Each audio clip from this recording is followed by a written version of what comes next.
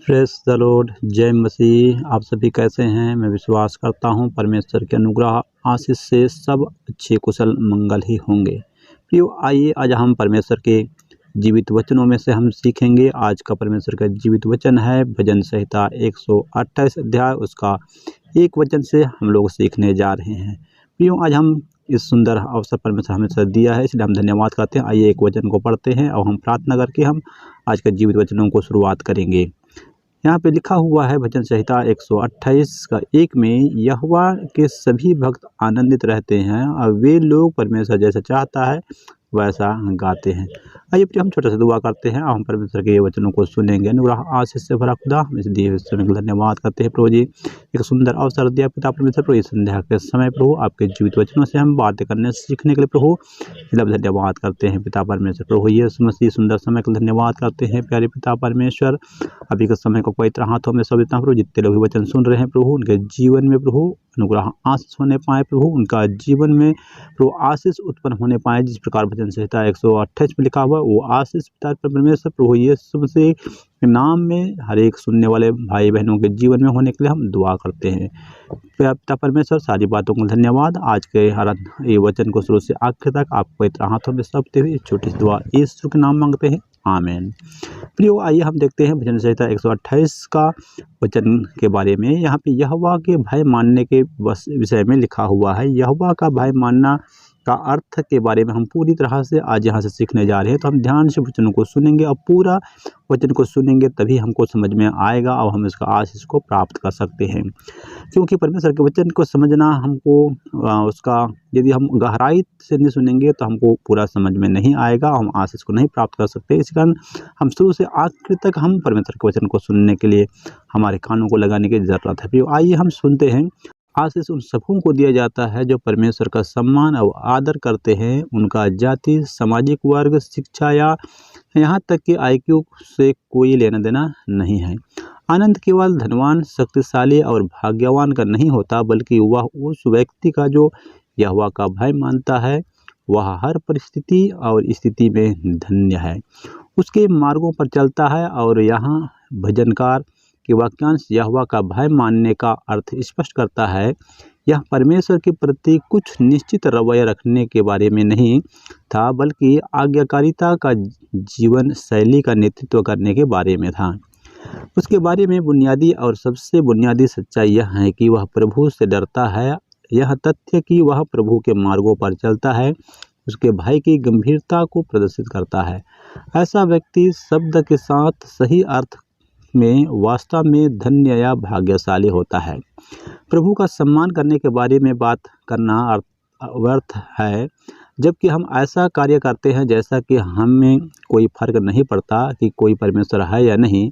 जब हम परमेश्वर के प्रति सच्ची आदर रखते हैं तो उसके मार्ग पर हमारे मार्ग बन जाते हैं। यदि वास्तव में हमारे हृदय परमेश्वर से जुड़ा हुआ है तो वास्तव में कदम उसके पीछे तेजी से चलते हैं। तूने जिनके बारे में काम किया है उन वस्तुओं का तू आनंद लेगा। उन ऐसे वस्तुओं को कोई भी व्यक्ति तुझे नहीं छीनेगा। तू प्रसन्न रहेगा और तेरे साथ भली बातें घटेगी। भजन संहिता 128 के 2 में हमको इस वचन के बारे में हम सीख रहे हैं। आगे हम देखेंगे तो परमेश्वर आपके हाथों के कामों को आशीष देगा। इसका मतलब यह नहीं कि आप संपन्न समृद्ध बन जाएंगे, बल्कि यह कि आप अपने काम से संतुष्ट होंगे और यह आपकी ज़रूरत को पूरा करेगा। प्रेरित पौलुस फिलिप्पी 4:19 में भी यही बात कहता है, और मेरा परमेश्वर भी अपने उस धन के अनुसार जो महिमा सहित मसीह यीशु में है तुम्हारी हर एक घटी को पूरा करेगा। जब आप इस बात पर विचार करते हैं कि उत्पत्ति 3:17 में आदम और हवा के पाप करने के बाद परमेश्वर ने भूमि को श्राप दिया, तो आपके कार्य को भी आशीष देने की परमेश्वर की प्रतिज्ञा वास्तव में अद्भुत है। जीवन में बहुत बार हम कड़ी मेहनत करते हैं लेकिन फिर भी हम कहीं नहीं पहुंच पाते। क्या इसलिए कि हम परमेश्वर का भय नहीं मानते और उसके मार्गों पर नहीं चलते? यह निश्चित रूप से विचार करने वाली बात है। पुराने नियम में भविष्यद्वक्ता हग्गै ने यरूशलेम लौटने वाले यहूदियों को चेतावनी दी, अपने चाल चलन पर ध्यान करो। तुमने बहुत बोया परंतु थोड़ा काटा, तुम खाते हो परंतु पेट नहीं भरता। तुम पीते हो परंतु प्यास नहीं बुझती, तुम कपड़े पहनते हो परंतु गर्माते नहीं, और जो मजदूरी कमाता है वह अपनी मजदूरी की कमाई छेद वाली थैली पे रखता है। हग्गाई 1 का 5 से 6 में भी हम देखते हैं, यहूदी कड़ी मेहनत कर रहे थे लेकिन कहीं नहीं पहुंच रहे थे। यह उस आशीष के विपरीत है जो परमेश्वर उन लोगों को प्रदान करता है जो उससे डरते हैं और उसके मार्गों पर चलते हैं। जीवन में हम बहुत प्रयास करते हैं और फिर भी कई बार हम हमेशा घेरे में घूमते प्रतीत होते हैं। क्या ऐसा इसलिए हो सकता है कि हम परमेश्वर का भय नहीं मानते या उसके वचन का पालन नहीं करते? यह निश्चित रूप से सोचने वाली बात है। नबी हग्गाई ने पुराने नियम में यहूदियों से यरूशलेम लौटने का आग्रह किया। यही कारण है कि यह सर्वशक्तिमान यहोवा कहता है, जो कुछ तुम्हारे साथ घट रहा है उसके बारे में सोचो।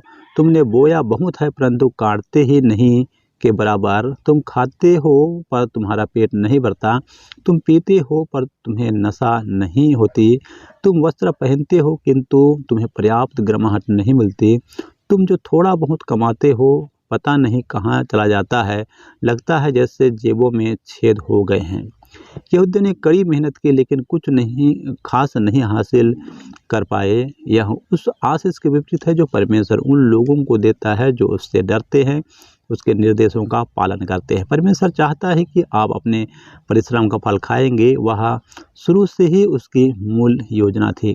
हम उत्पत्ति 2 का 15 में पढ़ते हैं, तब यहोवा परमेश्वर ने आदम को लेकर आदन की वाटिका में रख दिया कि उससे उसमें काम करे और उसकी रक्षा करे। आदम और हवा पाप करने से पहले उन्होंने वाटिका में काम किया और जानते हैं कि उनके काम पर परमेश्वर की आशीष थी। यह एक अच्छे इनाम के साथ उत्पादक और फलदायी कार्य था। परंतु जैसा कि भजन संहिता 127 में लिखा है कि परमेश्वर बिना कार्य निष्फल परिश्रम बन जाता है। परमेश्वर के अलावा आपको अपने परिश्रम में वास्तविक आशीष या संतुष्टि नहीं मिलेगी, जैसा सफोपदेशक 2 का 24 और 25 में कहता है।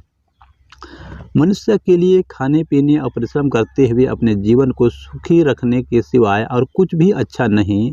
मैंने देखा कि यह भी कि परमेश्वर की ओर से मिलता है, क्योंकि खाने पीने और सुख भोगने में मुझसे अधिक सामर्थ कौन है। परमेश्वर आपके विवाह को आशीष करेगा और तेरे घर के भीतर तेरी स्त्री फलवंत दाखलता सी होगी। भजन संहिता 128 का 3 में हम देखते हैं। इसका अर्थ हम देखेंगे यहाँ पे, तो यहाँ फलदायी और विश्वास योग्यता दोनों की बात है। दाखलता फलदायिता की एक चित्र है। आदम और हवा परमेश्वर की प्रारंभिक आशीष को याद करें जब उन्होंने पहली बार उन्हें बनाया था। उत्पत्ति 1:18 कहता है, परमेश्वर ने उनको आशीष दी और उनसे कहा, फूलो फलो और पृथ्वी में भर जाओ और उनको अपने वश में कर लो और समुद्र की मछलियाँ, आकाश के पक्षियाँ और रेंगने वाले सब वस्तुओं पर अधिकार रखो। परमेश्वर का आशीष उत्पादकता और फलदायिता से जुड़ा हुआ है। इसमें न केवल बच्चे पैदा करना शामिल है बल्कि एक संपूर्ण और उपयोगी जीवन जीना भी शामिल है। एक बहुतायत जीवन दिखाया गया चित्र एक सुंदर दाखलता को दर्शाता है जो बढ़ रही है और फल फूल रही है, उपजाऊ और उत्पादन कर रही है। और फिर विश्वास, यह निष्ठा, वफादारी है। रिश्तों की वफादारी आजकल बहुत कम है। यह सच्चाई की दाखलता घर के भीतर होती है। विवाह में विश्वास, योग्यता और निष्ठा की बात करती है। यह नीति वचन 7 में वर्णित व्यभिचारी पत्नी के बिल्कुल विपरीत है, जो कभी घर पर नहीं होती। वह शांति रहित और चंचल थी। वह अपने घर में ना ठहरती थी। कभी वह सड़क में, कभी चौकों में पाई जाती थी और एक एक कोने पर वह बाड़ जोहती थी। सुखी वैवाहिक जीवन की यह चिन्ह है। फलदायी और सत्यनिष्ठा वफादारी, इससे सबसे ज़्यादा भला और क्या हो सकता है। विवाह जीवन में परमेश्वर का महान आशीष में से एक है। नीति वचन 19 का 22 में कहता है, जिसने स्त्री ब्याह ली उसने उत्तम पदार्थ पाया और यहोवा का अनुग्रह उस पर हुआ। हम यहाँ भी जोड़ सकते हैं, जिसे जीवन साथी मिलता है वह उत्तम पदार्थ पाया है और यहोवा का अनुग्रह उस पर हुआ है। परमेश्वर आपके बच्चों को आशीष करेंगे। मेरी मेज के चारों ओर तेरे बालक जलपाई के पौधे के समान होंगे। भजन संहिता 128 के 3 में हम देख रहे हैं। इसके बारे में आइए हम समझते हैं। जैतून का पेड़ जलपाई के वृक्ष इस्राएल की कृषि भूमि का एक महत्वपूर्ण पहलू है। यहाँ बाइबल की उत्पादकता और आशीष की एक चिन्ह भी है। उदाहरण के लिए भजन संहिता 52 का 8 में हम पढ़ते हैं, परंतु मैं तो परमेश्वर के भवन में हरे जलपाई के वृक्ष के समान हूँ। मैंने परमेश्वर की करुणा पर सदा सर्वदा के लिए भरोसा रखा है। मेज पर जैतून के वृक्ष की छवि एक परिपक्व स्थापित जैतून के पेड़ से को दर्शाता है, जिसके चारों ओर पृथ्वी की नई डालियां निकलती है। इस्राएल में एक सामान्य घटना थी। जैतून के वृक्ष युवा और जीवन शक्ति का वर्णन करता है। और सबसे महत्वपूर्ण क्षमता, जब आप अपने परमेश्वर या अपने परिवार, अपने बच्चों के साथ भोजन करने बैठते हैं तो वे भविष्य की आशा वायदे का वर्णन करता है। भजन संहिता 144 के 12 में ऐसी ही चित्र पेश करता है, जब वह कहती है, जब हमारे बेटे जवानी के समय पौधों की नाई बढ़ते हुए हो और हमारी बेटियां उन कोनों वाले पत्थर के समान हो जो मंदिर के पत्थरों की नाई बनाए गए हैं। भजन संहिता 144 का 12 कहता है। जैतून का पेड़ धीरे धीरे बढ़ता है। जैतून के पेड़ को फलने के 10 से 15 साल लग सकते हैं, लेकिन एक बार स्थापित हो जाने के बाद उसे बहुत कम रख रखाव या निगरानी की जरूरत होती है और आने वाले वर्षों में फल देगा। आपके बच्चे के बारे में भी यही सच है कि उन्हें स्वतंत्रता और परिपक्वता प्राप्त करने के लिए कुछ समय लगेगा। माता पिता के रूप में हमें अपने बच्चों के साथ धैर्य रखना चाहिए, क्योंकि जैसा हम उनका पालन पोषण प्रभु के परीक्षण और मार्गदर्शन में करते हैं, लेकिन आपकी सारी मेहनत और प्रशिक्षण रंग ला देगा। यह व्यर्थ नहीं होगा। नीति वचन 22 का 6 हमें बताता है कि लड़के को शिक्षा उसी मार्ग का दे जिसमें उसको चलना चाहिए, वह बुढ़ापे में भी उससे ना हटेगा। यहोवा तुझे सिय्योन से आशीष देवे, तू जीवन भर यरूशलेम का कुशल देखता रहे। भजन संहिता 128 का 5 वचन में हम देखते हैं। इसके बारे में सीखेंगे। यह न केवल एक समय या एक काल के लिए बल्कि आपके पूरे जीवन के लिए आशीष की प्रार्थना है। यह भजन संहिता 23 से लिया गया है, जो कहता है, निश्चय भलाई और करुणा जीवन भर मेरे साथ साथ बनी रहेगी। मैं यहोवा के धाम में सर्वदा वास करूँगा। भजन संहिता 23 का 6। परमेश्वर सभी आशीष का स्रोत है और यह प्रार्थना और स्मरण पत्र के रूप में कार्य करती है कि हर आशीष परमेश्वर से आता है। एक बार फिर सिय्योन परमेश्वर का निवास स्थान है। यह परमेश्वर और उसके लोगों से मिलने का स्थान है। आशीष हमारे जीवन में तब आते हैं जब हम नियमित रूप से प्रभु की उपस्थिति में उनसे जुड़ते हैं और यहोवा की भक्त हमें आनंदित रहते हैं। प्रियो, आज सुंदर समय परमेश्वर हमें दिया कि भजन संहिता का हम 128 अध्याय के बारे में सीख रहे हैं। प्रियो, इस वचन से आप आशीष पाए होंगे तो ज़रूर अपने मित्रों को शेयर करें, सब्सक्राइब करें और लाइक करें।